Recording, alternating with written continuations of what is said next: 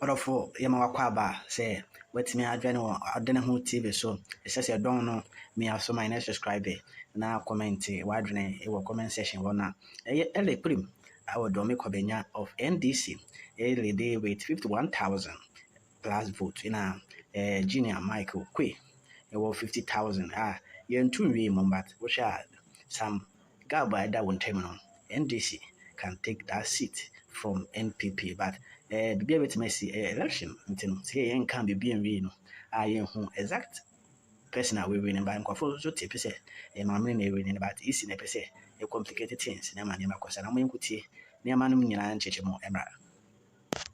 Consider that his opinion isn't a wrong. Well, says the position he holds.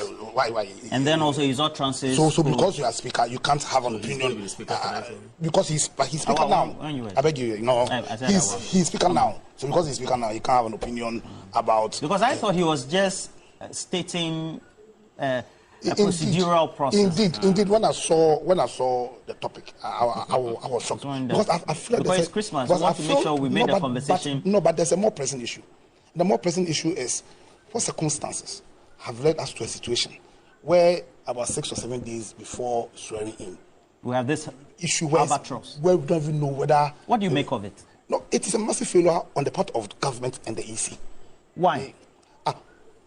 We are 6 days away from swearing in, and we have about 5 or 6 constituencies where we still don't know who the elected MPs are.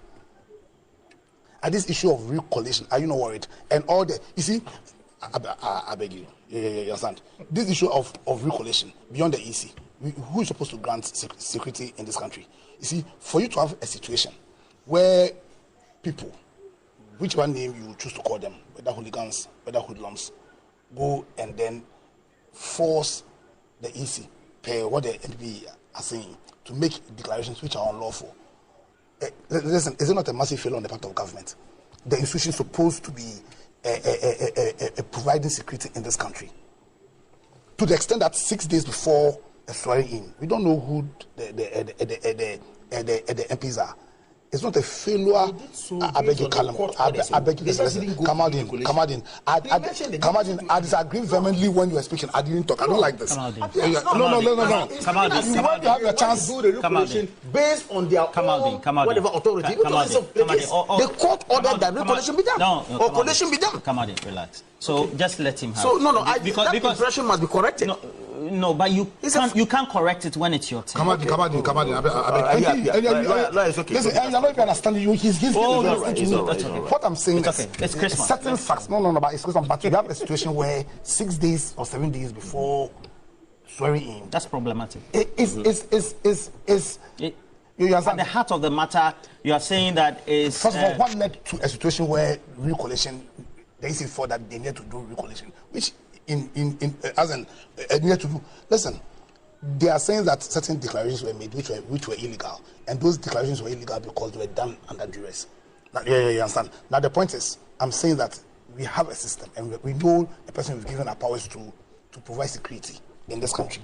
Who the ultimate responsibility lies in terms of providing security lies on creating that culture where we wouldn't have a situation where people will feel compelled to go to the AC, you understand, and even think about forcing the AC to make a declaration.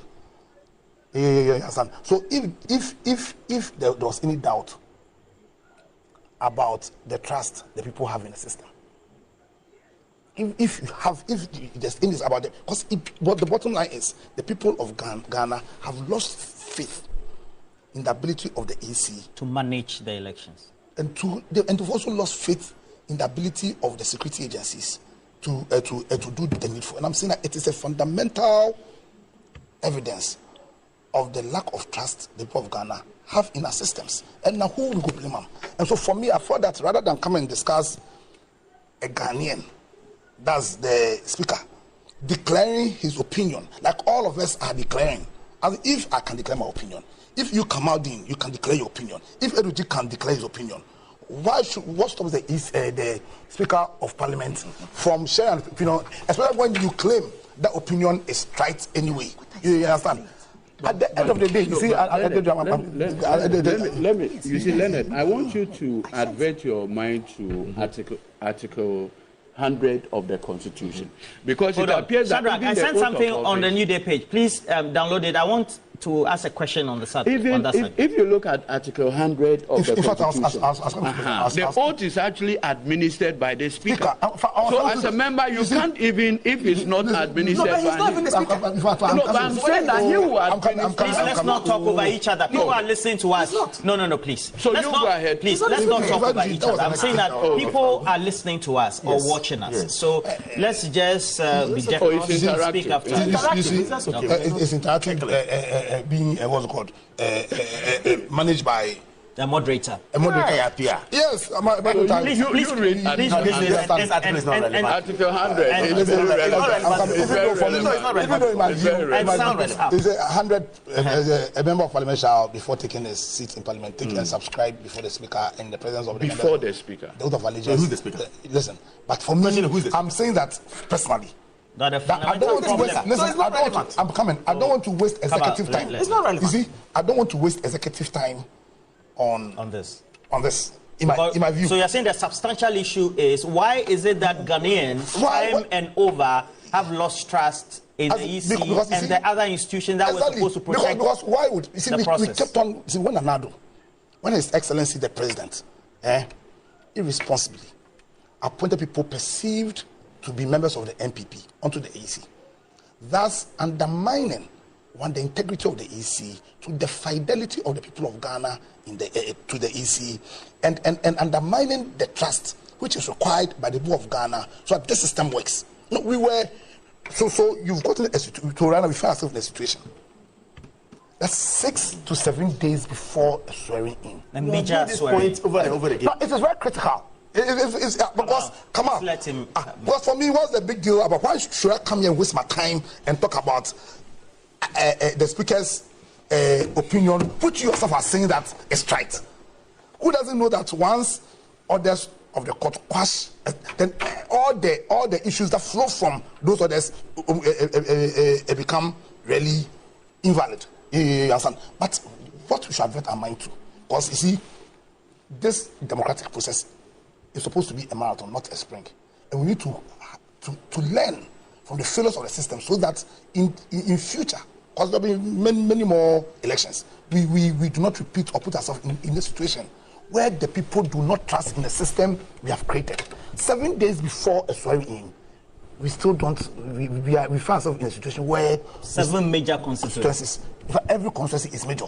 Even if it was just one MP, every constituency, you can't say one constituency is more major than. But then we have a situation where we do not have. My brother here had to sacrifice a bit of his holiday to go and speak plenty in court, even though it has done because I think he was excellent. But the point is, we had to go before the Supreme Court to go and argue this issue. I said, why should we have gotten there in the first place?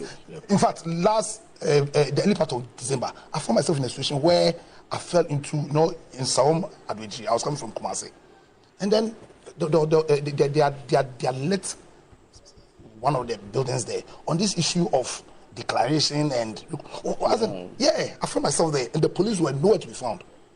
What has led us to this? And that's what I'm saying, that to end, we talk about reset. Yes, we talk about reset. You have a minute. Yes. Now, it is critical that collectively as a people, and this is not a Jomama problem, it is all of our problem, that collectively as a people, we deliberately work to restore the confidence that the people of this country have in this system that we have created, which in all intents and purposes is the only system that can guarantee us the rule of law, and that's guarantee us our rights to our lives, our rights to our liberties, and our rights to pursue our own happiness. We should not sit down and then sacrifice this system on the altar of partisanship. Because really, the conversation was coming to that point, and I'll play you an insert. This one was the declaration that was made, and I remember Godwin Asedeba was the one on election night who was there. I'll replay that video shortly, And then I'll come to ask the critical question, because in other areas like Techimansal, there were distractions. I already know that for Damango like this, the building or where the EC itself was supposed to be, its office, etc., was bent. And there are a number of these constituencies where even ballot papers were also bent. So the question is, prior to December 7, the Afrobarometer reports, whether it's also Global Info Analytics report or surveys, had been indicating there were trusts for key institutions. And then we just suppose that with the responses of the EC itself, that it was not in charge of security, it was not. So if you're organizing elections, what should you be doing? Just watch this. The total valid vote cast